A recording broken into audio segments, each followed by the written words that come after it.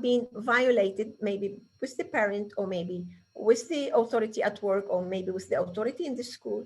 But see if you now, I'm not saying you are responsible of everything. I'm saying in the relation with the couples, when a woman cannot set boundaries at first, quick enough, she will resent it. She will not set it. She will protect him. She will not set it. But where that go, that emotional cyst, where it goes. So we need to see, many of us, we come and sneak in the other way to counter-attack from a different way. Yeah. maybe our grandparents didn't do in any other way than burn the food, maybe. We are very sophisticated, and we can do it in multiple ways. So how we can be passively aggressive also, and then we let him to shout or to violate, and then what we do, because if he doesn't come to session, we cannot oblige him, we cannot do anything. No. We can go to session, we can review the self, we can get out of that relation, we can redesign how I'm taking that punch in, but how that bruise is making me feel and how I'm giving it back. And to whom? Maybe I'm not giving back to him because I'm But scared. to somebody where, yeah. But maybe it's the kids, maybe it's my sister, maybe it's my cousin, maybe it's my employee, maybe it's my secretary, maybe it's the taxi driver. So I think we really need to join forces and transform our violence, because when this is sustainability, for me, when we transform the violence in the self, then we can set boundaries also, and we can help the new generation how to set boundaries.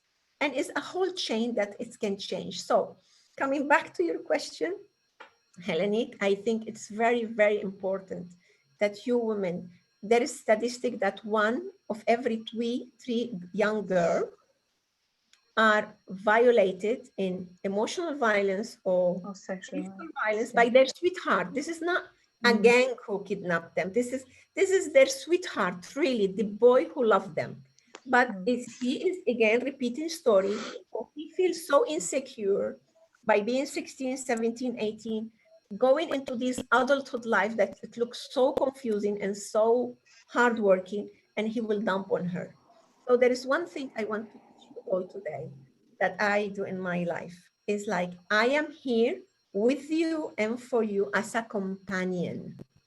If you have a problem you want to share with me, I'm here to sustain you. And if I can't, I can get away from you. But I'm not your basket bin. You cannot throw on me. You can share with me. You can share with me. Of course, because men said, so if I don't express myself with you, with whom I'm going to express? Of course you express. It's different to come and say, I'm so upset. It was horrible today at work. I'm so angry to feel trapped in that work. I'm looking forward another job. You know, sweetheart, I just need 5, 10, 15 minutes by myself, or half an hour, 1 hour, because I just feel boiling of frustration and anger and disempowered. If the man say that, she's just gonna go, you know, maybe she's gonna serve him a coffee or a glass of water. But if he come and as soon as she say, he's gonna start shouting at her, he dump on her, he kill his first resource to restore himself. Because for you men, your companion, your woman is your resource. And you kill that resource by shouting, by violating. And then she has to climb up with her injury to see how she can serve the family. And that will not work. And that will annoy you more, because then you're not served. You don't feel accompanied in your wound, because you damaged the source, the first source. And for us women, if we're doing this, we have to be aware of that. And be aware that, you know, if we choose that man to live with, if we choose that women to live with, those are our darling resources. And then we see how we can share with them, even if they are not therapeut or they don't have the power to heal us or to transform our reality, at least they can give us space, but not to dump on them. That's what I want to tell you. And I also want to tell you that what Hellenic said is true, and is said in this book again. Many women sacrifice their life for their daughters. And she told the daughter, she said, look, darling, I sacrificed my life for you so you can study and be a free woman and not have a husband like mine who mistreat you. What the daughter will do? Not what the mother told her.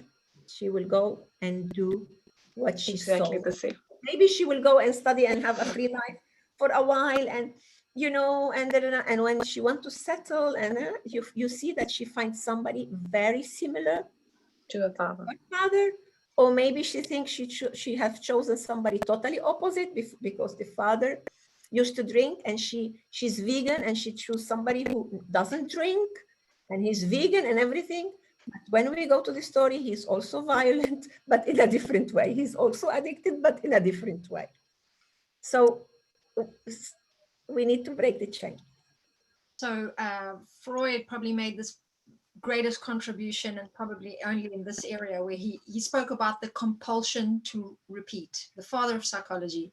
And it is one of the most debilitating realities of a lifetime, is to realize that unless there is enormous work done, and even still when there's enormous work done, more needs to happen, because you have to deprogram the body on the cellular level. But we all have the compulsion to repeat. So witnessing abuse is one of the biggest influences to having abusive patterns, either yourself and or attracting them in your life. So we have to work on the way that we parent. We have to work on what parenting we got, and we have to work on our deeper programs inside of us, so that whenever we are forced to repeat, because we are compelled to repeat, it's not something we can control.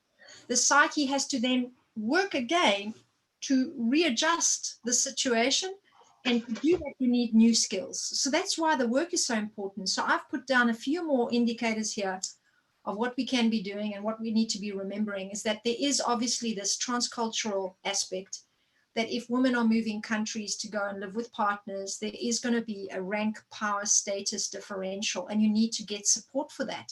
There are in fact now specialized people in transcultural therapy, people that specialize in treating people in international situations. So if you need to make any referrals, Namisha, that's something we can help out with. And there are actually a very good network here in the Netherlands that does a lot of that specialized work because of the international community here. Then there is also this big realization, everyone on the call today, I hope we are getting this and passing it on. In any situation that is abusive, either you becoming that or attracting that or having it happen or begin to happen in your relationship, you need to acknowledge the fact that it needs treatment for anything to improve. It's not going to just go away. It needs skills to be developed so that you can both navigate all that conflict and stress. And so if the partner, and I think this has become my deal breaker, my boundary, is that if, and I see a lot of women also struggling to do that, and it is very difficult when it's been imposed upon you and it started to happen, but it wasn't happening in the beginning, is that the deal breaker for me is that you have to be in a relationship with someone that is willing to do that. And establishing that they are may take some time. So that's where you can be maybe lenient, open to investigating. But if there is violence or abuse of any kind, your work is to begin to insist and protect yourself with your own treatment plan, and to work in that treatment plan to get that person involved in a treatment plan. If that person outright refuses, it is time to begin to decide whether you are willing to sacrifice yourself in that relationship and or leave. And you will need treatment to make that decision as well, because whether you stay or whether you go, you will need support. Whether you stay in a violent relationship with a man who's not willing to build the skills or to work on it, you are in a way becoming prey. And you are also feeding a part of your small woman, not just the man and his small man. I like that little analogy there. So it's in the comments here. If you want to take it away, we're going to maybe pull up some ebooks on all the summits we've been doing. So we need to acknowledge that it needs treatment. If he's not willing, you need to reconsider the relationship. We also talked about not feeding the chain of violence that Viola was telling us about, that the passive aggressive, and there really is an impact from being in an abusive situation. You actually have something to process emotionally when you've been abused. To process it, you can go into very negative behavior and very violent behavior yourself. That's what violence is. It's trauma that's being carried, and women carry trauma in their wombs. That's why women are in a lot of ways carriers of trauma, and in their wombs they carry men and birth them. So men have a lot of conflict with women that is psychoanalytically valuable. I mean, it's powerful that women have this power, and men sometimes don't know what to do with that. So they're in conflict about loving, hating women, hence that book. So some say even that men are resentful about the fact that they love women because they feel so seduced by women, and yet women are never happy enough with what they do. So they also have good reason to be frustrated. Hellenic, may I interrupt you for one minute? As I work with same-sex relationship, it's the same. So this dynamic also about this energy of over empowering to diminish the other person, it happened in the same way in the same sex relationship. Yeah. That Individual- masculine feminine aspect. Yeah, absolutely. Yes. So dramatically pronounced with men and women. But I think the gay love is also very interesting in terms of conflict and abuse as well, because there's a whole lot of dynamics there that are also pretty unique, but also universal, because we all carry anima animus within us. So man and woman inside of us. So I just sent you an email about Dr. Karen Horney last book about neurosis and human growth, and we were talking a lot about neurosis and how neurosis is a distorted way of looking at the world and at oneself, which is determined by compulsive need rather than by a genuine interest in the world as it is. Karen proposed that neurosis is transmitted to a child from his or her early environment, and that there are many ways in which this can occur, and she talked about it. But what I wanted to mention is where we're heading and why we are doing all this beautiful work that Hellenic is amazingly leading since first day of our lockdown. We've been working like very dynamically. And she said, listen to this. This is where we're heading. This is what for me is sustainability. This is where we're going to a sphere where there is no dispowerment of the man or over the woman or vice versa. She said the opposite of neurosis is a condition where she calls self-realization, which is a state of being in which the person responds to the world with the full depth of his or her spontaneous feeling, rather than with anxiety-driven compulsion. Thus, the person grows to actualize his or her inborn potentialities. Karen compares this process to an acorn that grows to become a tree. beautiful. And So, in this, yeah, go ahead. sorry. And in this process, of course, there's pain. Of course, there's doubt. Of course, there's confusion. And my friend Guillermo Rican, we will have in some of these interviews, who work with emotional efficiency, he said, in the Spanish language, there is only, in the Spanish language, 1,000 words that can express feelings. Thousands. And he's already working with 500. So imagine how many feelings we will have with this acorn that grows to become a tree. Of course, we will have many apathy, confusion, etc. But how we learn not to dump it in the other one. Yeah, it's How we learn. This is where we want to learn. Yeah. When we were asking Saikat, Nisha's partner, ex-Leap, who was supporting this whole project, what he thought was relevant about doing a summit on abuse, we went into a brainstorm, and I was very strong in my commitment to say that I think we all have to learn to become more emotionally responsible. Mm-hmm. And we don't have that yet in the human species. Yeah. We don't have it at a level that is really making a difference. And that's why we're in situations like we're in right now, because we don't have enough people setting boundaries respectfully, diplomatically, carefully, nicely, yes, but also very firmly and clearly. And we also don't know how to do kind of compassion in a detached way, So a lot of women overgive and they go into toxic femininity, which we're still trying to cleanse as well, because we have a lot to still learn from that. So we have a lot to I do. would just want to add another one thing. I think for women, it's very, very important when they have the first signs of resistance that comes in, or when they don't like what's happening to them, to start raising a voice and to not brush it under the carpet and not silence that voice. Right. It's very, very important that when that first voice inside you starts speaking, to take it ahead. And And not to be scared if they are ridiculized. Yes, Because when you yes. bring your voice out, Hmm. first thing you're gonna be told, I was joking. Why Yeah. you're so Hmm. serious? Yes. Hmm. Oh, what's wrong with you? There is two words, is this your day of the month now that you're, you know, Yes, and yes. this day of the month is getting longer? Mhm. So, you know, don't let yourself to be put down and to be ridiculized. You just say, actually, it's not my day of the month.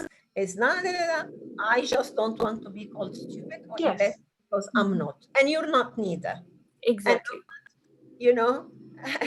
we are all elevating this game. Exactly. And I know Namisha had to jump on now because she has to leave at 12. And I'm very excited now to bring in two new wonderful ladies. This is Nasiba Akhtar, who is a gender activist. She'll come up Hello, Nasiba.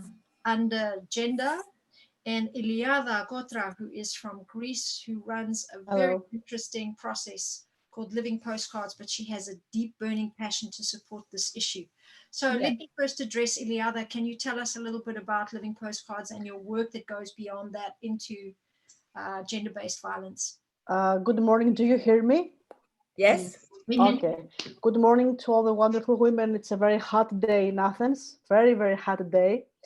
And it's not only because of the temperature. It's hot because yesterday we had a big trial ended. A girl, she was raped and brutally murdered. And it's a very big thing in Greece because the girl, she was 21 years old. And for 1 year and a half now, we're talking about what was wrong, her clothes, her behavior that drove those men to kill her. And yesterday, it was a great day because now they will not see the sun again. They will be in prison for the rest of their lives. So my name is Iliada, and 2 years ago, I started a campaign about domestic violence. I have to admit that I was living in my own world, in my own pink world. I didn't know what was going on to the next doors. I thought that those things happened to the other women, you know, not to the women next to me. I wrote something in my Facebook, just a post, and immediately that post unfortunately came viral. And I started to accept many, many messages from a lot of women that they were trying to get some help. So we started to make a campaign. We made a video. It's called Don't Accept It. And we're trying through many events to bring together victims. I don't like the word victims. No, it's not the right word. I'm trying to bring together women that they have been in toxic relationships, psychologists, lawyers, because a lot of women need advices. What I will do in the next 5 minutes when he hit me? Is it allowed to take my child and open the door? What will happen to me and my child?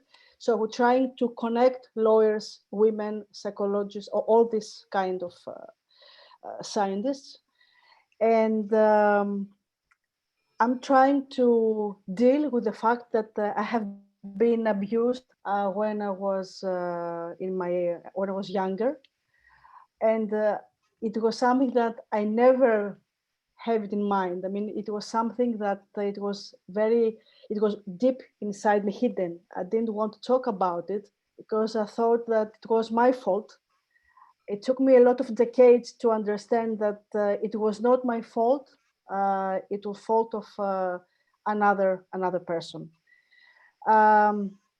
So I think, first of all, that we have to learn to our sons how to deal with a woman, how to deal with a girlfriend.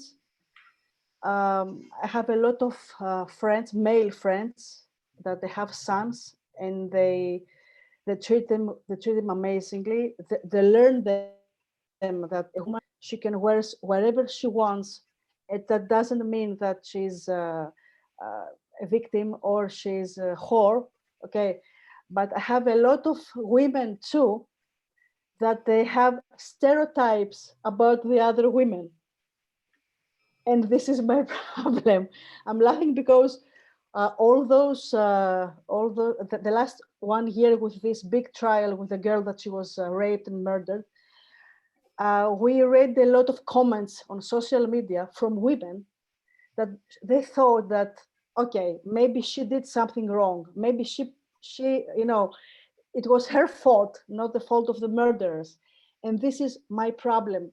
I work with many women. I have a lot of amazing women next to me, entrepreneurs, partners. But there are some women that we have to teach them that we have to be united and we have to be together in order to change the circle of violence. It's not only about the men, it's how we treat the other women too. For example, I have a lot of examples that a woman can talk very bad for another woman if she goes with a younger man, or if she whatever, she gets married to a rich guy because she's a whore. That's why she needs money. I mean, there are so many stereotypes that I cannot deal them with. I mean, it's amazing. And the same stereotypes. I mean, a guy, he falls in love with a younger girl. He's a very clever guy. He's a very ambitious guy. He's a vibrant guy. But if a lady do the same, she's not something bad. I think that we have to make our daughters and the girlfriends around us, we have to make them more ambitious, because ambition is a taboo word. We learned that a man can be ambitious. A woman, if she's ambitious, she's a bitch. And this is only just a small thing that I have see around me. I talk too much. Please interrupt me. Yeah, this is I talk. Sorry, it's. no, this is so important what you said. So important. And Hellenic, may I? I want to just jump in here a second if I can, just Yeah. to check. Is everybody okay to go on a bit longer today? Yeah. Okay, good. I want you to know something about Iliada. She joined my group and she made the effort to send me an email and say, this is me, by the way, because I ask when people come in the group if they want to tell me who they are. And she did. And then she told me extra on the email. And on the email, she said something about domestic violence at exactly the time when I had seen the statistics. So Iliada is the reason that we are actually here today, because I felt, wow, Iliada is doing something so totally different, but her social media is so powerful. And I'm really glad that I meet you, because I think you're a woman of great substance and you have great impact in the communities. And it's a real honor to see how we might be able to work together and network, because I know you've done a lot on this. And the fact that I only invited her last night because I couldn't find her in the sea of emails after, and she's here, is just a beautiful synchronization again for the fact that we are actually coming together. Go ahead, Viola. Just wanted you to know. Thank you very much. Last year I was in a very big conference in Montenegro talking about domestic violence, where I showed the campaign to thousands of people. When I got on the stage and I started to talk about the violence, no one was talking on the hall. It was like everything was frozen. They didn't like the subject. They didn't feel how can I say? They didn't feel cool.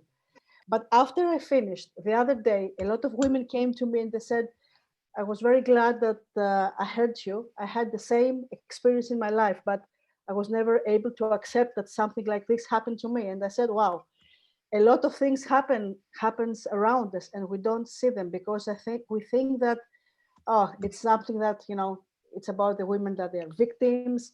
They are very, fragile, very sensitive. And I have to tell you that many women that came to me and we started to talk, They were doctors. They were CEOs of very big companies. And when they returned to their apartments, there was a nightmare. The same women that were very dynamic in their daily jobs, the same women, it was like, Dr. Jekyll and Dr. Hyde, but they're never their fault. And many people ask me the same thing, which that makes me very mad. Why they don't leave from a toxic relationship? I said, it's not something you can do it just like that. Violence, it's a procedure. It takes months, years to make someone feel that he's nothing without you. He's useless without you. And I think that in many countries, but in Greece, we had a lot of domestic violence during the lockdown. A lot domestic violence. A lot. That's why we were doing Yes. this, Iliana. That's where we started today's call, is the increasing statistics. Yola, you want to respond, and then let's hear from Nasiba. She's been waiting. No, I wanted to give you a story about why it is important. I was 5 years old when we moved first country after the death of my father, and I couldn't speak the language properly where we moved to the country of my mother. And then we were in the school, and then they gave me an order to go inside, but I didn't understand. I was very shy, and it seems like I froze, and everybody entered, but I was frozen, and I still for 1 second freeze in front of shouting and violence. And this nun, she took branch from the tree. We're talking about 60s, early 60s, yeah. And she didn't beat me. She just make it like this on the floor. But in the way how the branch come up, it touched my leg, and I kind of wake up and start crying. And that was a very small village in the north of Lebanon. And somebody saw it, and they say to my mother. Now, 10, 15 minutes pass, and here is my mother, for those who knows her. She's a very strong woman with blue eyes like this, and very, very beautiful, amazing, who just become a widow. He's in her mid-20. She become a widow. She has small daughter. She was pregnant. All this tragedy that she has to deal with, and changing country, etc. So she went to that school. She passed, and she didn't wait for the secretary to give her pass to the mère supérieure, whatever the mamère we used to call her, the mother, superior mother. She entered to the superior mother, and she held her from her shoulder, and she said, if any of your people touch my daughter, one finger of my daughter's again, you will see what I'm gonna do to you. And these nuns thought that my mother was crazy, and people thought that she was crazy, and there were a lot of stories about her. Now imagine the impact of that in me. I always feel I'm not alone. I always felt the women in my life, women are very important. I always felt a woman will come in my defense, and a woman, even if she's not gonna save me, but she's gonna be, and this is what I wanted to tell you the story. As to women, if you hear that your daughter, your sister, or anybody has been violated, please don't, even if you don't believe it, please don't say, I don't believe it. Don't tell her, I don't believe you. Just hold the space until professionals come in and deal with the situation.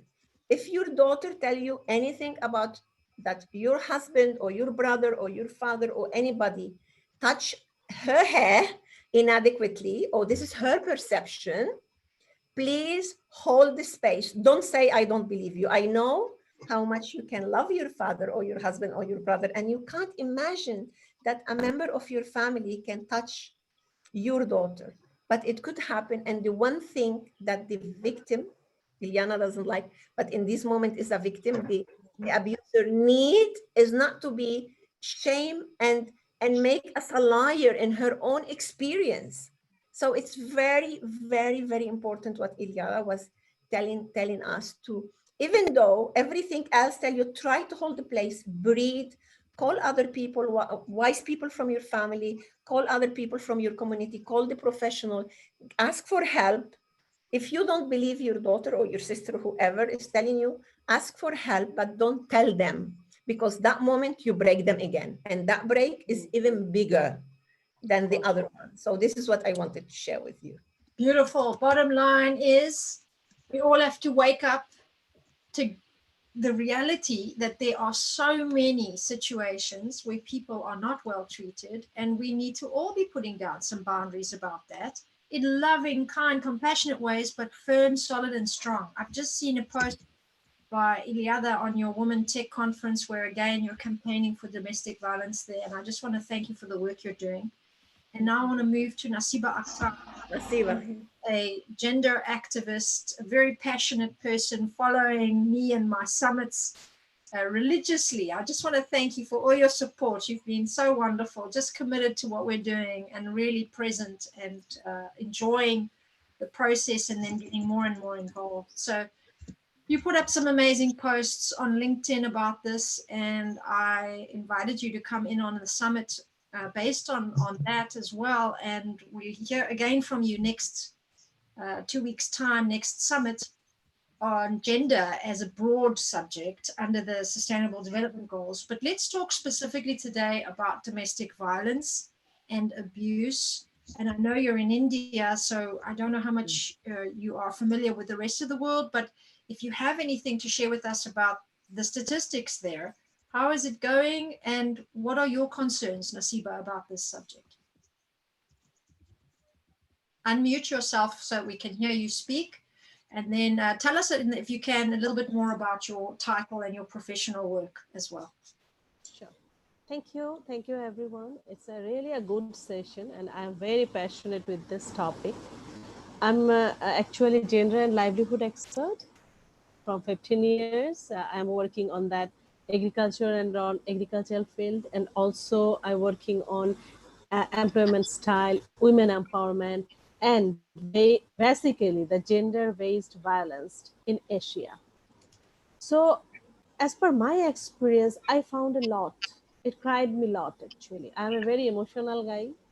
And when I feel that, yeah, Elida, for your reference, I would like to share, Helene, one incident in my research life. I found a daughter of a mother. She told me, I asked her, what about your violence? Whatever your gender-based violence, how you faced, how you educated yourself?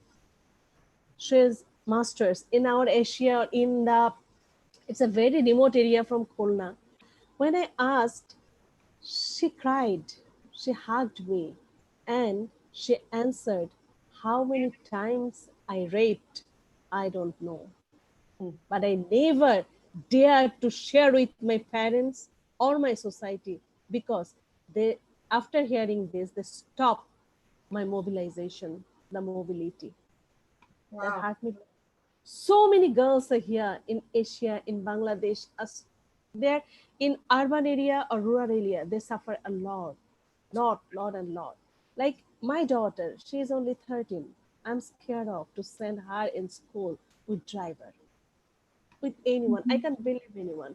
I can't believe her uncles, because in our country, you don't know, after coronavirus, this April, 2 murder case was held where the husband declared in FB, I am murdering my wife because I can't bear her in that lockdown period. That is our gender-based violence. And another one, when I found in my research that a girl, I'm telling her the gender. Like when I was in adolescence, when I was in my childhood. So how many times I asked for my parents.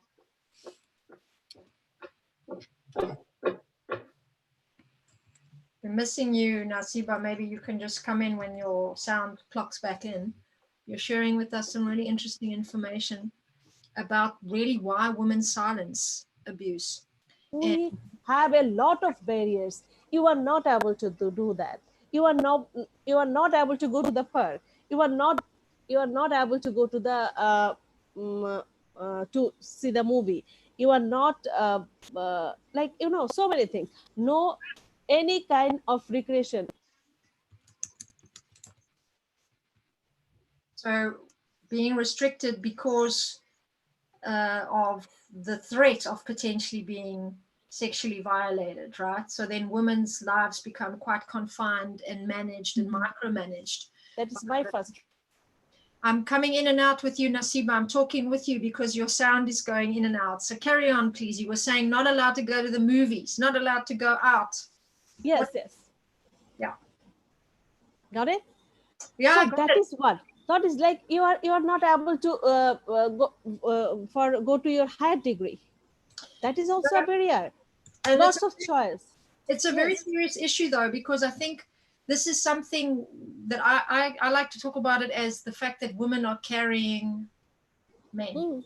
You know, so men Yeah. men are not sometimes doing the work to manage the sexual impulses and their sexual dynamics when it comes to attraction and interest in women. So then the women are confined instead. And we see this in many different expressions culturally. There's different cultures that do this in different degrees. And then there's strictness. Like in my family, it's very strict, and I'm very similar experience to that in Greek culture, where you know it's not okay and proper then as well for a woman to be seen too freely out there, because it looks like she's more vulnerable and available to everybody, and then she even gets stereotypically branded as someone who's very available, and then like Eliada was telling us, even someone who then is read as the whore or really easy, or and we know that there is a very well entrenched, very strong culture of interpreting a woman's behavior in that way. So I totally hear what you're saying. And I think it's a very relevant point, because now when we talk about the domestic violence, would you say that it's the same kind of reason then? Because we know that the profile of an abuser, a male that is an abuser on his wife, is someone that is often very controlling, right? So someone who actually takes away the cell phone, doesn't want her to go out in public. And we know that in the confined spaces that could become really unmanageable. Namisha asked that question before about what is the profile of an abuser. And I did say, Viola, that we have a lot of research on that, and Enneagram work also goes deeply into explaining it at another level as well. But I want to come to you, Nasiba. Do you see the domestic violence issue the same as these women that you say, the young women that are not allowed to go out? Do you think it's because there's a lot of that kind of controlling male dynamic? Yeah. There it's I'm calling it's a social dimensions. So many lots of social dimensions over there, gender dimensions over there, control over their self. That's why a girl child psychologically dump over there, they can do in further life. Yeah. So many barriers and the social barriers or norms, it captures their thinking process and they can't move forward. That is a one issues. And another issues is the security problem. You know, like South, there is no security in working.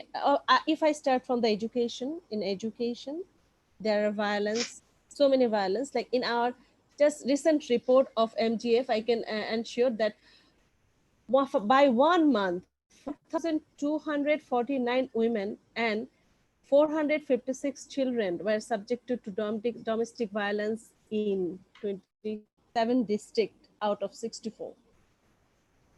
Got it? It's for 1 month's lockdown. It's too much. It's only inside in lockdown session.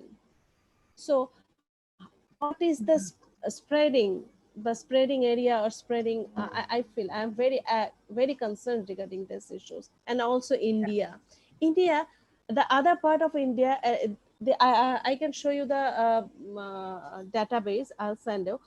So whatever they can actually in Bangladesh, Pakistan, and India, they can talk.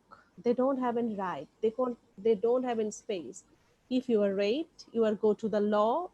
So you have to weigh out a sudden lots of hurdles over there, and it's a very shameful way to run. That's why a daughter or daughter parents just back away from that process. So it's unrevealed. The case is unrevealed, and the man and the other parts they own. That is the process, and there is for the according to like as the developed countries, we don't have that much awareness area or some, where we trust you, we can proceed our complaint. That is a very important. That's why so many women, they are unsaid. Women's violence are unsaid. The maximum women is not empowered here, so they can't tell. They don't have any space. They are scared. If they say anything against their husband or against that violence, they should kick out. Economic security, lack of economic security, social security, and also I feel that psychological security or power, they are suffered here a lot. So Rajat NGO, they introduce a procedure to express the gender violence, like I'm violent, so I should wear a bindi, the red bindi. Mm-hmm. Yeah, that indicates they are in violence. Wow. So look, what is the communication gap? So there is no actual platform to communicate that about the gender-based violence. That's crucial, and day by day it increased. What happens when she puts the bindi? What happens if someone realizes and sees? Yeah, it's when the society and the people and the NGOs, they wear the bindi and they came to that organization, in front of that organization, and they realize that they are suffered from in any way in gender-based violence. Okay. Then they talk. Yeah. Is there any action taken? Like, is there anything that happens once somebody recognizes the woman is in that situation? Yeah. No. Yeah. There is a Mamita name. Here is the Rajasthan's women from India. Like he raped by his father-in-law, Mm-hmm. and also the three brother of her husband. But she can tell anything, anyone, anywhere. He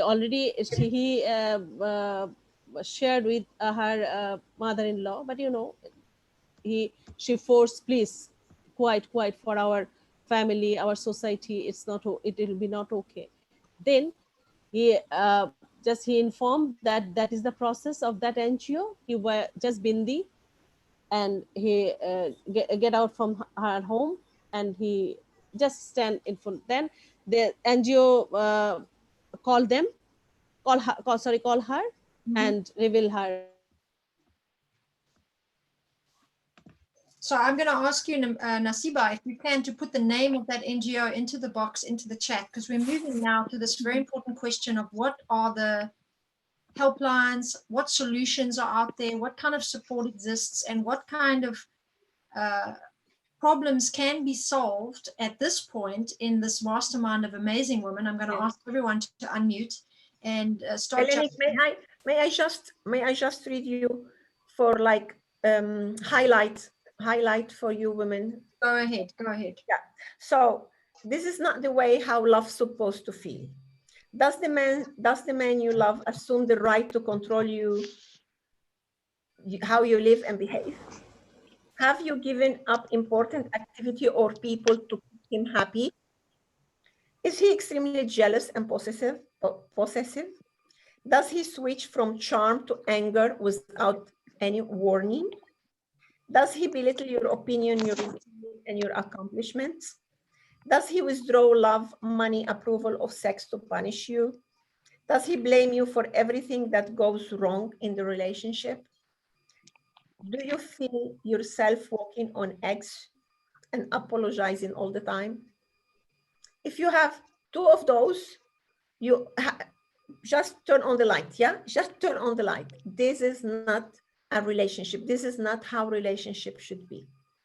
It's very, very important for you and you're on time to ask for help, because maybe he also needs help because this is how he learned, or maybe you need to leave. But please, if any of those are there in a more than once, is not what a relationship should be. Yeah.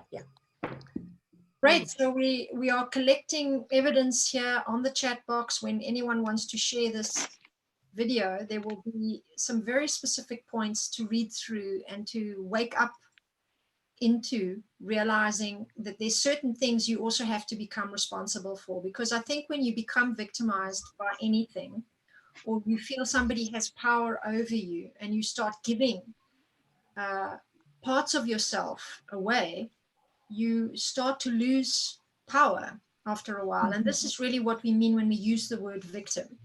People come through victimization. In other words, they learn how to come out of that state by learning to take up their own power, to own their own power, and to begin to use that power to make very specific decisions. And I know it's very scary and it can be very painful as a process, but it's really, really necessary for your own survival. And by survival, we don't just mean physical, we mean mental and emotional, and even just the survival of your spirit. So when you are sharing this video, or if you are then watching it and you're reading these comments and you realize that you need to be taking this responsibility to step into your own power, I would really love to encourage you to make that decision to reach out to someone and to break the silence of your situation, because it is not healthy to be there, and it will become worse if you stay without taking the proper steps to get the attention you need and to get the support you need. So as you look at these points, please keep in mind that it is your responsibility, nobody else's. Unfortunately, nobody can save us when we are in very difficult situations. We have to find that strength ourselves. So that's where the difficulty really is for you if you do feel like a victim, because sometimes when we feel like victims, we are waiting for someone to rescue us.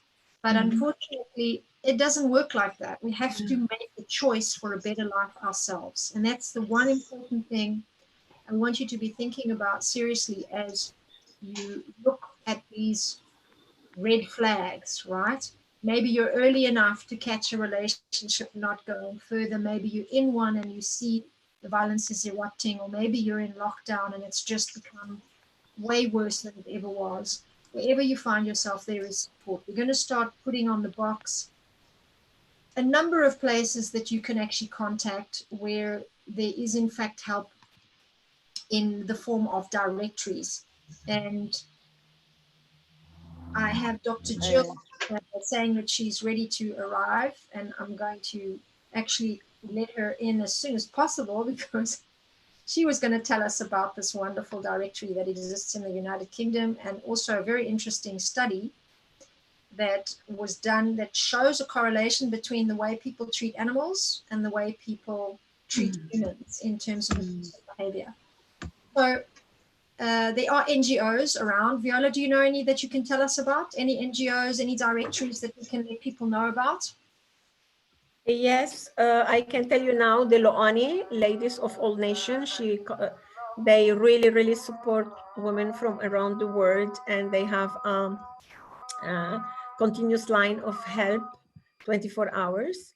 And this is what has come to my mind now. But if you write to us, write to Hellenic and through Hellenic to me, and then we will send you more. What is very important is that you talk with somebody, and that somebody will guide you to somebody else. Yes. To one of, like now I have a case of a woman who's a foreigner who doesn't dare to talk about her situation, but she talked with a friend, and I'm giving her support through the friend because she doesn't want to come to therapy. She doesn't want to reveal her identity or expose her husband. So what we're doing through that friend is giving her, and maybe you're watching us today, is giving her signs and possibilities and what to do in this situation. So just say to somebody else. And if that somebody else could not help you, could not connect you, say to somebody else again. And then you will see when you talk first time about the situation you're going through, it's going to be easier. The worst is to keep it to yourself. And for now, I don't remember the different association that there are so many. So just I want to give you that advice, and through Hellenic, we will send you the association and the names and people like Iliada who do great work, and like us. Eleni, can I say just Please. First of all, Nasiba, hello Nasiba. I don't know if she hears. I used to work in Mumbai in India. I had my own column in a very big magazine. I was writing about female women that they're very strong in Greece, entrepreneurs women. And when I started to work with a very big advertising company in Mumbai, that the CEO was man and all the partners were men, when I asked them to help me and my team to bring this campaign in India, they were negative about it. And they said to me that we have a lot of very powerful men as a clients, and I don't want to let them know that we are supporting a campaign about women violence. Just a thought. But I still love in India, and it's in my next trips because there's a possibility to work in some some projects there. We have this T-shirt. It's called "Don't Accept It," and we give this shirt to many influencers that they share this message. Don't accept it. And our next event, we will have men as speakers, because we have done a lot of events that women speak, but now it's time to bring men and have a very, very strong and powerful dialogue. I don't know what will come from this, but I think it's time to let them know that we have to be together and fight together this thing of violence. In our events, when we have a lot of women that come and they ask for help, we always say to have a code. They ask them to have a code in case a relative call. If they have a code word, just like, I don't know, pencil, a wallet, the other part of the other side of telephone will understand that something is going wrong in the house. We try to tell them to have their phone always charged and have a bag ready with the clothes, 3-4 clothes, so they can go out immediately and have their some things just for the few days. ID, their credit cards, all these things. It's the only thing that we do to give some solutions from our part. But in Greece, the problem is that a lot of women feel very ashamed about these things, and they don't talk. It's not like the other countries. In Greece, it's amazing. I call them to come to the events and to speak, to write, in public, and they say, no. I will send you my mail. I will tell you exactly what happened to me, but please, I want to stay anonymous. I don't want to come. If I come to your event, I don't want you to know me. I mean, it's amazing. I don't know if it happens in other countries. Yes, it is. I don't know. I'm not sure about it. It's the same everywhere, because depending of the position is the same. So we need to really hold these people, hold them, and not expose them. And yes, whatever you need, just keep connection with me. And then with the time, if they want to come out and share, it's okay. If they never want, it's okay. Because it's okay. We just need to hold them in their space. Yes. Breathing in those cases so important. I'm sending you through Hellenic some breathing exercises and the breath intelligent manifesto, and all these things is very important because it keeps them grounded, but at the same time hopeful and not stuck and stagnated in a situation. And always we should never expose a woman to talk about her situation if she's not ready, because that will be another violation of her right and another, but we have to be prepared to hold her however she can. Like in these days also, I have another woman who didn't want to go to a public hospital because then they will know public hospital will be in connection with the police. Then we took her to private hospital, but then the doctor in the private hospital maybe will not issue a report. Only the doctor in the state hospital will have to issue a report. Yeah. But what was important is that the husband, who's a good man, of course is a good man, he knew that she already said to somebody, and he knew that she made the action to go to hospital and check her wound. And that is very good, because he knows and she knows is not in the secrecy of the home with him, with her and the children. Yes. And one of the children, when he was saying, oh, your mom did this, and one of the child said, actually, I saw you that, you did that. So, you know, it's like involving the children in that situation, which is so unfair, but it's for him, I know, it was very important that he knows that somebody else knows. And that because he's also a good man and because he went out of, and hopefully never again will happen. And hopefully that situation will help him to also to go whatever he can, have insight to modify his behavior. Excellent. Thank you so much, ladies. I want to come back to a shared screen where we will actually show the helpline. And if I do have Dr. Jill on the line, it would be lovely to hear from you too. This is the Stop the Signs, Stop Abuse, Domestic Violence helpline in the United Kingdom. So if anybody's going to be sharing this there, you see there is a line for LGTB. There's Wales, Scotland, and also an actual link that you can visit there. There are telephone numbers up there. And really you get a very good indicator here of the increased violence in the United Kingdom, along with actual deaths that have taken place already.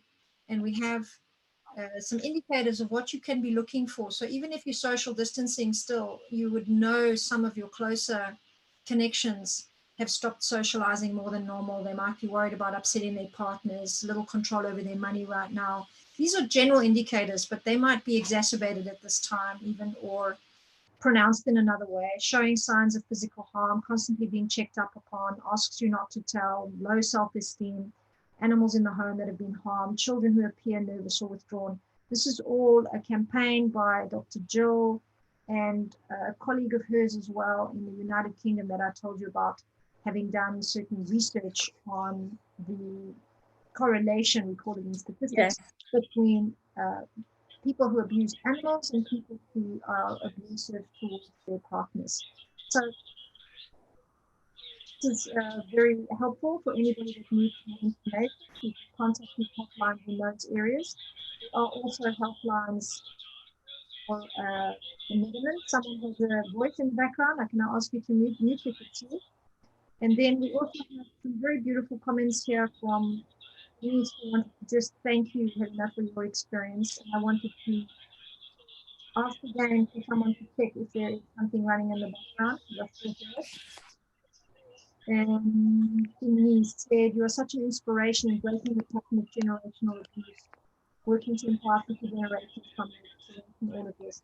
A wonderful purpose to have, Helena, shining your light to bring others and to bring others out of their darkness. And we all agree, we're very grateful that you've been here sharing your story with us. And there are many more stories, I'm sure, that don't ever get to be heard.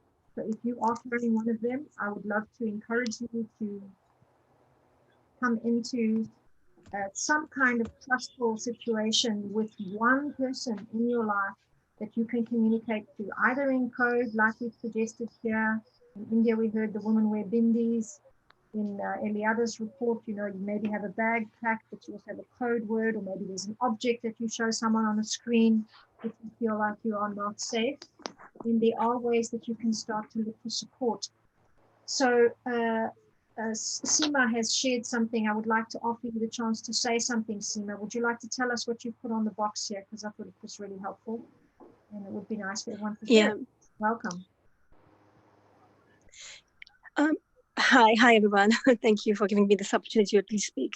I mean, yes, this was my worry. You know, as soon as the pandemic broke out, this was the worry, because you do tend to see, you know, when people's mental health is suppressed, you know, they tend to behave in a different way that they normally would. You know, even the nicest of the nicest people I've known, and even myself, forget anyone else, I have seen myself behaving in a different tendency, you know.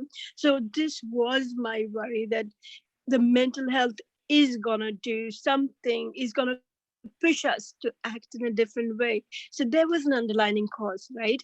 So people who are normally, in general sense, still acceptable, maybe they have that tendency, but what happens is we have our own space, we're working, we're not so much closed in, we're doing a lot of different activities, and it scatters, you know, that tendency scatters.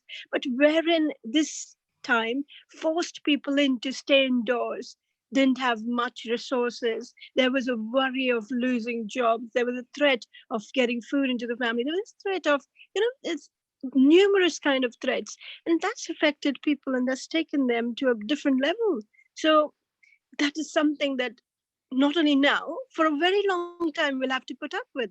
So there has to be a well thought program analyzed and put in place, where people have either counseling, either something has to come out, because it's not just people who are normally violent in their normal behavior. I guess a lot of people now that are actually going through this mental stress, which doesn't come up on the surface because we're too hesitant to actually accept it, isn't it? We're very, very hesitant to accept that something can be wrong with us, and this is not because we have an issue, it's because the circumstances have been such outside that we have to at least own up the responsibility that, wait a second, we can be affected and we can actually demonstrate those in our, and those actions can reflect. So this is what my actual worry was. Absolutely, I agree with you that the mental health of every single person right now is slightly threatened, if not very threatened. Any kind of uncertainty in the future causes us to go into a kind of survival defense mode. And we had lots of discussions with people over time about really how to manage that, because with Viola, we started a lot of free psychotherapy, really called limitlessness, really looking at how can we go into the part of us that can use this as an opportunity to adapt to change and do deep inner work so that we can actually make sure we're not just cracking under the pressure, but that we also use this opportunity to know ourselves more, to develop skills inside of us, to really learn to work with conflict. And we did that quite early on, and retrospectively, perhaps too early for people to understand, but it was very, very important work that I felt was really necessary to put right at the beginning, because there is a way to turn negative adrenaline into positive adrenaline. And we wanted to speak about that deeper. So I invited Dr. Sofia Beloka, who is a high performance in physiology expert, and I work a lot on the psychological aspect. And we talk about this higher law. Let me explain that in any given moment, when you are in an adverse situation, chaos, crisis, there is a really great struggle for every single one of us. And there is all this uncertainty and chaos. But at the same time, there is an opportunity to actually get in touch with your creative capacity, start looking at what you really want to focus on that gives you energy, that makes you feel calm, that gives you a sense of purpose, because then you start to train your mind to actually go in a positive direction and you build positive adrenaline. This is a survival mode that many people have practiced, from people in concentration camps to people who managed to make meaning out of their suffering, and they managed to survive well in those conditions. Of course, it's not easy to do. It needs support and it needs lots of encouragement. That's why we were doing the work we were doing. So I want to just say on that point that absolutely, this is a tough time, but this is what it looks like for humanity to evolve and to adapt and to make change. And we can see many issues are starting to surface, and we do all have a responsibility to address them and to look at how we are going to help heal what's broken in the world, because a lot of stuff was not working and a lot of stuff is still not working, and a lot of stuff is going to get way worse before it starts to work any better. And I think female leadership is a really important part of that. That's why we've pulled together a lot of this work called Paradigm Shifter. Viola is my power partner all throughout it. Helena's my client that we've been working with for 4 years. And it's just all coming together, integrating right now with extra guests, women who are helping and supporting. And I just want to encourage us all to think about this in a new way, that this is a catalyst for change. Yeah. Adversity is the mother of invention. We absolutely are given a chance to really retreat, to rethink, to review, and to build new systems in the world.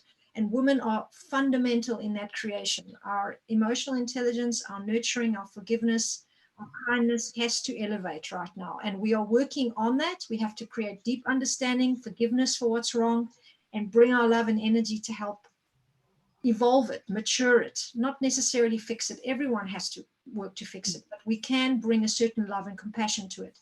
I want to invite Dr. Jill Barnum, who's been waiting in the waiting room. I'm really apologizing deeply for that, because what's happened is the password glitch thing didn't work in the end, and I just kept it in a general meeting. So thank you for being so patient and being with us. It's an honor to have you.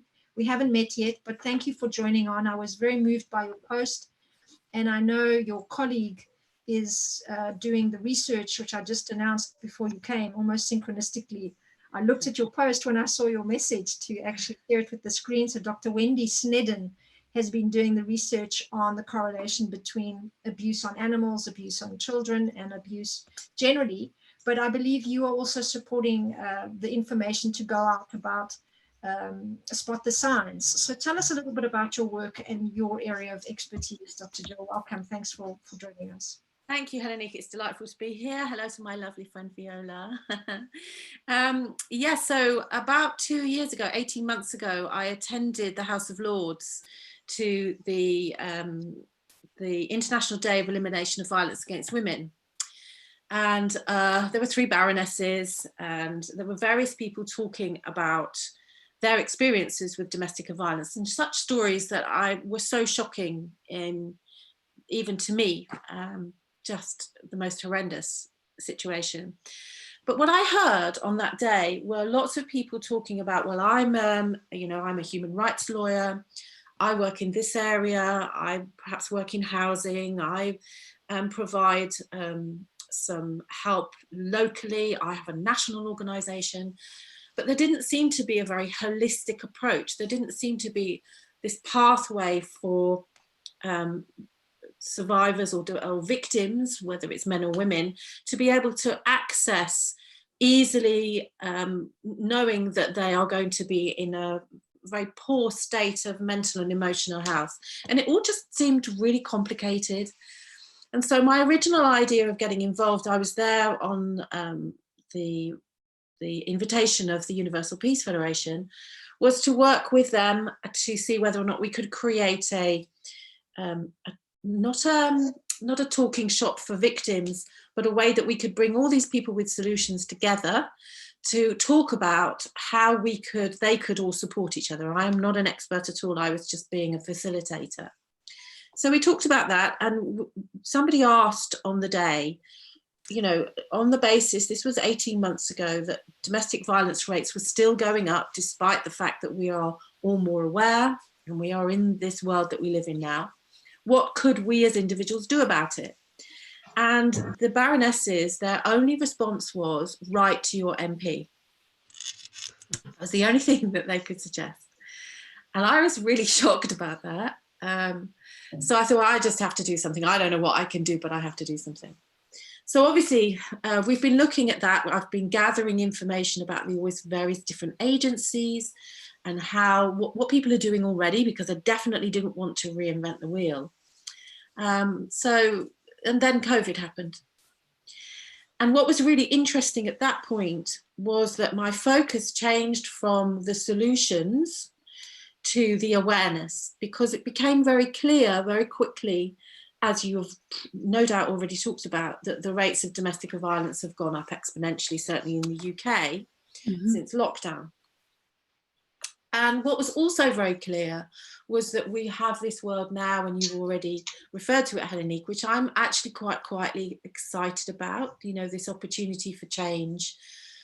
4 planets are in retrograde. So as you say, we are in this 9 months of re-evaluation, retreat, rethinking. This is the opportunity for our communities who are already reaching out to each other on a local and a global way, that are being more aware of each other in terms of their health and well-being. I'm a well-being coach. So maybe this is the time that we could just heighten their awareness, not only about the family down the road that might not have enough money, the old person that doesn't have anybody to do their shopping, but also about the victims, children, men, women in their households that are being locked down and are in the very worst situation that they could ever find themselves in. And what I realized was that although we talk about domestic violence, you know, it's become more talked about generally. A lot of people just are so unaware of how prevalent it is, and the fact that somebody that they know will be suffering. If 1 in 3 women and 1 in 6 men in their lifetime suffer with domestic violence, then there will be somebody in their family, in their community, in their friendship, in their work colleagues, in their social group that will be a victim, whether they even realize it or not. And in my own family, I went to a funeral before Christmas, before lockdown, and I have 3 cousins, 3 brothers, and one of their daughters is suffering from, is in a household with domestic violence. And the other brother just said, I had no idea that this would happen to her, to somebody like her. I was totally unaware of it. And I was thinking, well, if he is not aware, how many other thousands and thousands of people are under this guise, under this blanket, that it's only somebody else's problem. Am I making sense? Yeah. Yes, thank you so much. And so that's what Spot the Signs campaign is about. I started that. It's not about helping the women, because there are so many wonderful people that are doing that. You know, we've got national, international and local organizations. What this campaign that I started was to get to the ordinary person, to just wake them up and say, this is what's going on. This is what you may have noticed. If you really sit down and think about this, we've all got time to think about it now.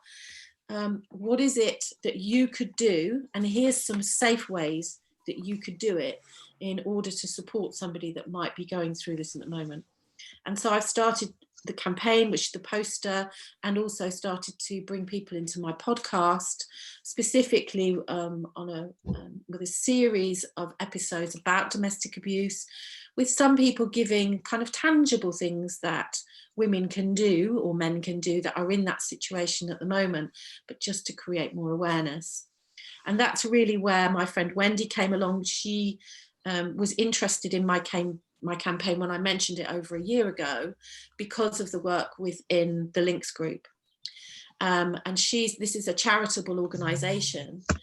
And so would you like me to explain a little bit about what the Links group do? What I would like you to do is actually put the link for that banner that you've shared on LinkedIn into the box, because in fact, Dr. Satnam is asking for that now. And she's in the UK, so maybe she could partner up with you and also benefit from Yes. that. Those helplines are all still active?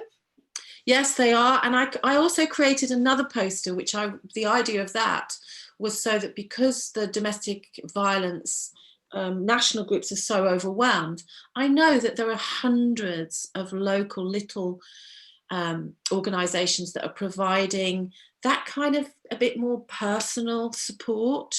Right. And I created a campaign so that could be sent to those people that would want to write their local details on, you know, even if it was just somebody who's, because I know people do this, they set up their own house and say, you know, to rescue people. So that was the idea, that there was a national campaign and then the opportunity for people to write the very local contact details too. Okay, so we can share that in this video, and we actually are offering this video as a kind of gift or training or support tool to the rest of the world, just through the link. So it'll be uploaded on YouTube, and what we want to do is just ask any woman in this group to share this with her networks if she thinks it could be useful in any way. And we also want to encourage each other to think of people who might want to be sharing it with people who are in difficult situations, because watching a video of support like this might help 1 or 2, maybe many women, we don't know, you know, if they have access to computers. So the more resources we can put in here, ask Eliada as well. Yes, I will send the link to our campaign. Okay. It has English subtitles and in Greek subtitles for deaf people. Yeah, so maybe you can send the group. Yes. Yeah, maybe you can put your link in here as well on the chat box. Then when people watch this, they can also start following resources around the world. And I want the chat box, okay. Yeah. So Helenique, the other thing that happened was I interviewed somebody called Seema Danak, and she and her husband are actually translating that poster into Gujarati. Okay, great. So that, you know, anybody can do that. You could just steal the information, steal the idea, put it in your language, in your, you know, your vernacular. So it doesn't have to be just a UK campaign. And it brings me to really the closing question of the day, which is really probably the most important distinction to be making right now as therapists and experiences, witnesses, survivors, coaches, advocates, all the wonderful skill sets we have in this group today. All the other ladies, you're welcome to unmute as well and just interact with us if you like. I want to just look really at the bigger issue here, which I think is the kind of support that we can really offer right now versus the kind of support that women really need to free themselves in these situations. With Viola, we discussed at length that obviously we cannot really offer this idea of supporting women in this situation because it is a process, it's a procedure, like you said, Ileana, such a beautiful word. Violence is a procedure. And to really numb someone to the point where they feel like they have nothing to gain from leaving or they don't have the strength to leave is a kind of abuse in itself. It's that you weaken your victim to the point where they cannot be empowered. And I'm sure many of you resonate. So the procedure weaken, yeah? It's like, because it takes time for these clever women to understand that it's not her, it's him. It's like the same procedure, you know, like this beautiful person that I choose to be my husband, the father of my children, cannot be that. And it takes women, clever, intelligent women, from 1 year to 15 years or more to come to, maybe it's not me, it's him. It takes that long. So that numbness happened. I wanted to mention, for that you need support, for that you say to somebody, so that somebody can help you in the procedure to be more aware, to wake up, not to take you to any place you don't want to go, just to be awake. There is something. There is another thing I want to tell you. If you're a woman in power now in any organization, and you have had more than 2 complaints or 3 about your character of being violence with other women, with other people, and you lived violence in your life, please go back to therapy. That means that you didn't heal yet. And even though you are in a situation of empowerment, even though you want to help the world to heal, your own healing is not done because you're filtering this violence to others from the position where you are. So I want to tell you, this process of going to the procedures of healing is not only for the men who are creating this situation, is also for women who passed through a situation, but they were resilient to survive, but their resilience is not organic. They become hard, they become disconnected, and then without noticing in their situation of power, they can be violating other people's rights. So you want to break the chain? Also, please, please, please, please, let's keep working in ourselves. Let's keep working in ourselves. Yes. So the bigger questions we had as we started this campaign was how to address the fact that women who need shelters, if they really are in danger, will access those, given that there was the social distancing. And that's also what's exacerbated the issue, is that as the violence increases, there isn't safe housing for these women to go to. But I have heard, after opening this debate, that some places are in fact still offering that. And there's been some very new and interesting ways of offering safe houses, safe homing for domestic violence survivors in the Netherlands. And I put a link up there for that.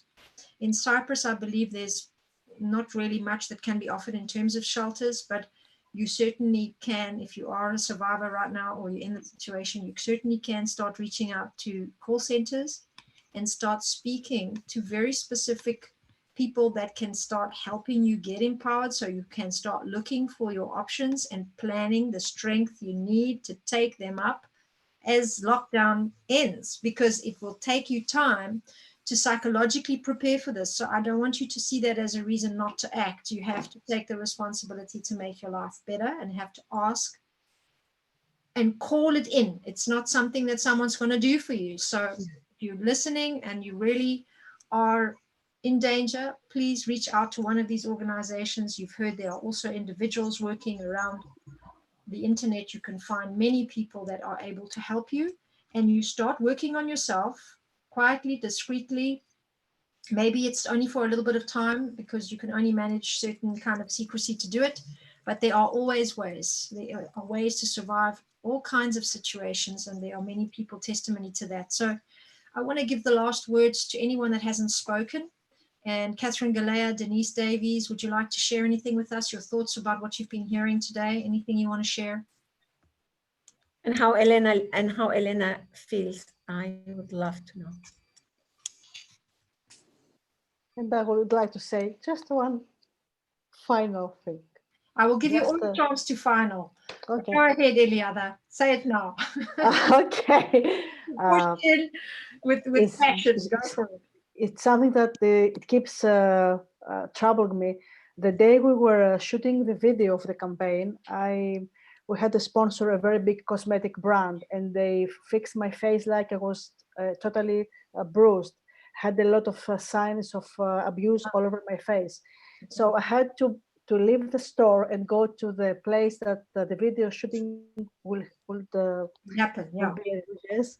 And I was without sunglasses, and I stayed in a very central part of Athens for 30 minutes with my face all beaten up with great makeup. No one came to ask me, why is my face like this? No one.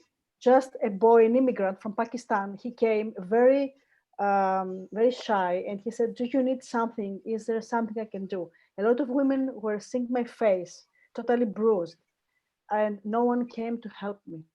This is something that until today, I don't know. I don't know how to deal with that. And this is what I always say: if you hear something, if you see something, you have to ask how I can help.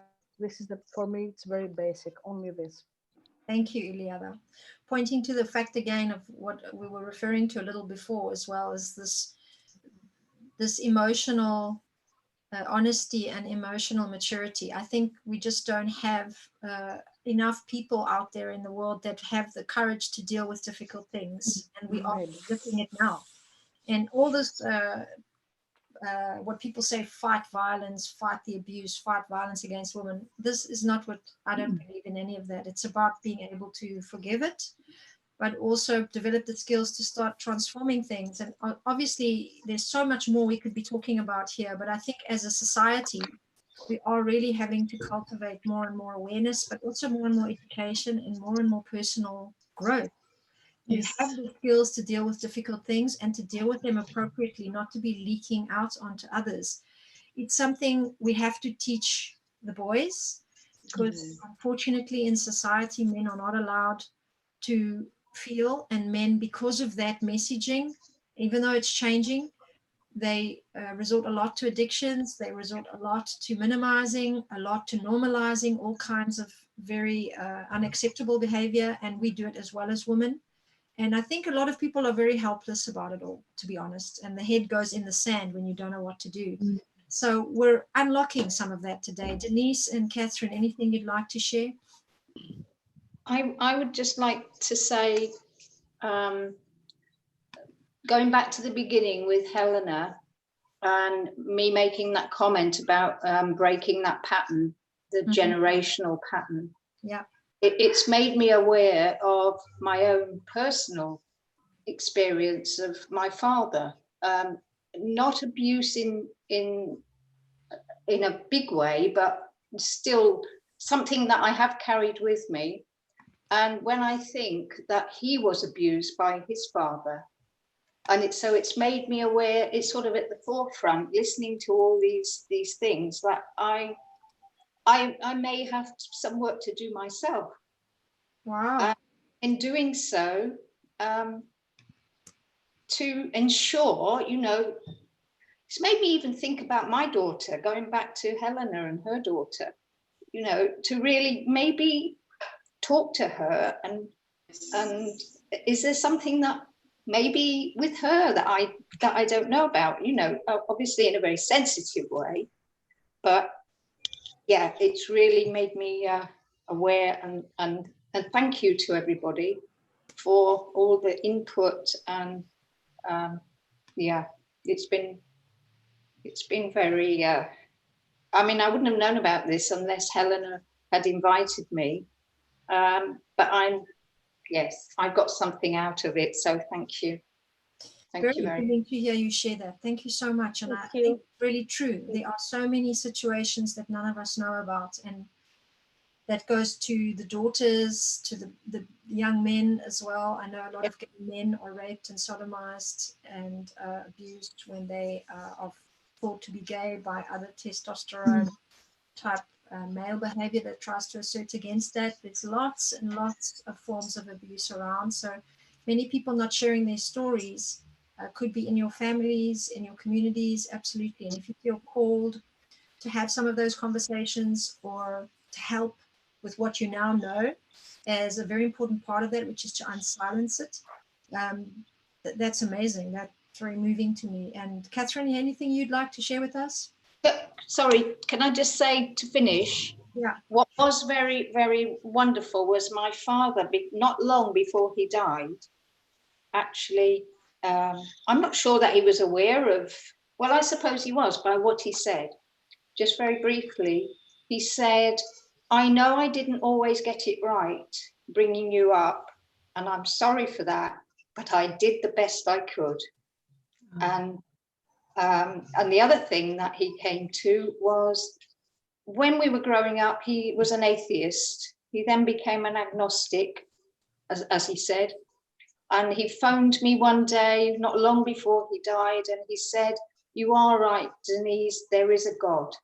So, you know, I think, I can feel how moved you are, Denise, as you're sharing. Yes. Put that emotion into this space, because this is actually what's happening, is we are touching, I think, the deeper truth about abuse, that abuse is intergenerational, and that we have a lot of men that have been very wounded by patriarchy as much as women, and that the disconnection from the own emotional self and the disconnection of not knowing yourself at that level and feeling afraid of what you feel is very strong in a lot of men. And that fear is often externalized in all kinds of stress. And we have it as women as well, but I think we do other things with it. We are also very toxic and criticizing and judgmental and hold such standards, I know I do, that are also pretty abusive at times. And so we all have to work on it. Helena, your responses, and Catherine, I'm really keen to give you some space. Catherine, are you ready to share something with us? Hi, can you hear me? Yes, we can hear you well. Hi, thanks, Elena, for inviting me to the seminar. I mean, it was really, really interesting, and thank you for sharing your story. And all the women who shared their wisdom, and Viola, the way you present, and Ellen, it's really amazing. And I could pick up bits and pieces on my life. I can say that I have never actually experienced as a child abuse, but I did have a controlling father. So that could be, you know, indirectly classified as abuse, but not in the way that some of you have shared here.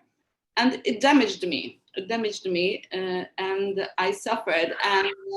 And I can see it in the relationships I've been in, that I have suffered some form of verbal abuse. But thankfully, and I've attracted those sort of relationships because obviously I find it hard to create boundaries. I'm always there to give and to be there for everyone, and find it really hard to do boundaries. So that was a really, really big lesson for me. And I've leaked a lot of my energy because I haven't done that. So now this is my learning, that when you put boundaries, people will respect you more. And I see it in the relationships that when I put boundaries, I feel more empowered to put on boundaries. I'm respected more, and I'm valued more, and I can go ahead with what I want to do with my life and create what I want to do. And not all, it's like, you know, I have to say, listen, I am important, and I come first. Because I think one thing in abusive relationship, the one who's suffering from the abuse is always coming second, third, fourth, or the end of the, you know, of the line in the environment. So when you make yourself first, you're important. I think that changes a bit the energy of the dysfunction. I don't know if someone can relate with that. Also, I haven't suffered abuse, as I say, in that sense, but I know that my grandmother suffered abuse. She actually died when she was 38 during childbirth, and she was not supposed to get pregnant, but her husband didn't care about that and got her pregnant. And I know from my aunt, I remember my aunt saying some stories, because she lives in Australia, that he was a very violent father. So obviously, I think obviously that, as we said, we carry our you know, the genes of our ancestors, the programming of our ancestors. So part of my work, which funnily I worked with it during lockdown. I've worked on releasing that that story of my grandmother, and consequently my mother and my aunts, and also forgiving my grandfather for the abuse. I think all of us women, in some way or another, suffer from some form of abuse. I don't know, but that's my general feeling that I get. Thank you, Catherine. I think listening to you also share how much the controlling male energy is affecting a woman's life, and that we are coming out of a time where that was very normal and very natural. That Nasiba also shared with us the deeper reasons for that. I know in my Greek cultural background, that was a very strong justification for being controlled, is that a woman is more vulnerable, so she needs to be managed and micromanaged by the men who are protecting and at times actually controlling and suppressing and minimizing her power, her presence, her input.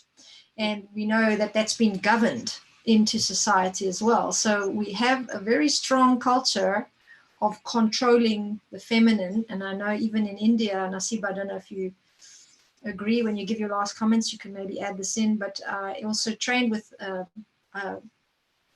teacher, a high-level guru, who was talking about that as what the masculine is here to do, that the masculine is here to control the feminine.